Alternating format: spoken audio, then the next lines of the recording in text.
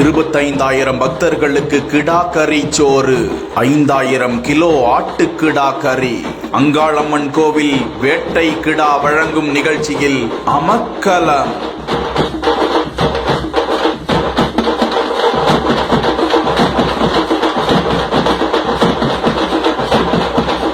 ஈரோடு மாவட்டம் அந்தியூர் அருகே உள்ள சந்தியபாளையம் கிராமத்தில் மிகவும் பிரசித்தி பெற்ற அங்காளம்மன் திருக்கோவில் அமைந்திருக்கிறது. இக்கோவிலின் திருவிழாவை பொறுத்தவரை அம்மன் உத்தரவு வழங்கினால் மட்டுமே திருவிழா நடைபெறுமாம். அதன்படி கடந்த 2 ஆண்டுகளாக அம்மன் உத்தரவு வழங்காததால் திருவிழா நடைபெறாததால் அதிர்ச்சியுடன் அம்மன் அருள் வேண்டி காத்திருந்தனர்.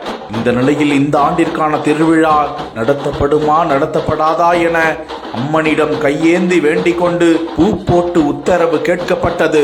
அம்மன் உத்தரவு வழங்கினார். மக்கள் முகத்தில் பூரிப்பு ஏற்பட்டது. கடந்த 15 நாட்களுக்கு முன்பு பூச்செறிதல் விழா கோலாகலமாக தொடங்கியது. விழாவின் முக்கிய நிகழ்வான தேர் திருவிழா மற்றும் வேட்டை கிடா வழங்கும் நிகழ்ச்சி வெகு விமர்சையாக நடந்தது. தொடர்ந்து அங்காளம்மன் மற்றும் நடராஜவர் உற்சவர் தெய்வங்களை அலங்கரிக்கப்பட்ட தேரில் வைத்து பக்தர்கள் தங்களது தோள் தாங்கி மடப்பள்ளியில் இருந்து அங்காளம்மன் கோவிலுக்கு ஊர்வலமாக எடுத்து வந்தனர். வழிநடுக ஆயிரக்கணக்கான பக்தர்கள் அம்மனிடம் வேண்டுதல் வைத்தனர். தொடர்ந்து கோவிலுக்கு தேர் வந்தடைந்ததும் சிறப்பு பூஜைகள் மேற்கொள்ளப்பட்டு பக்தர்கள் வழங்கிய வேட்டை கிடாக்கள் அம்மனுக்கு பலி கொடுக்கப்பட்டன.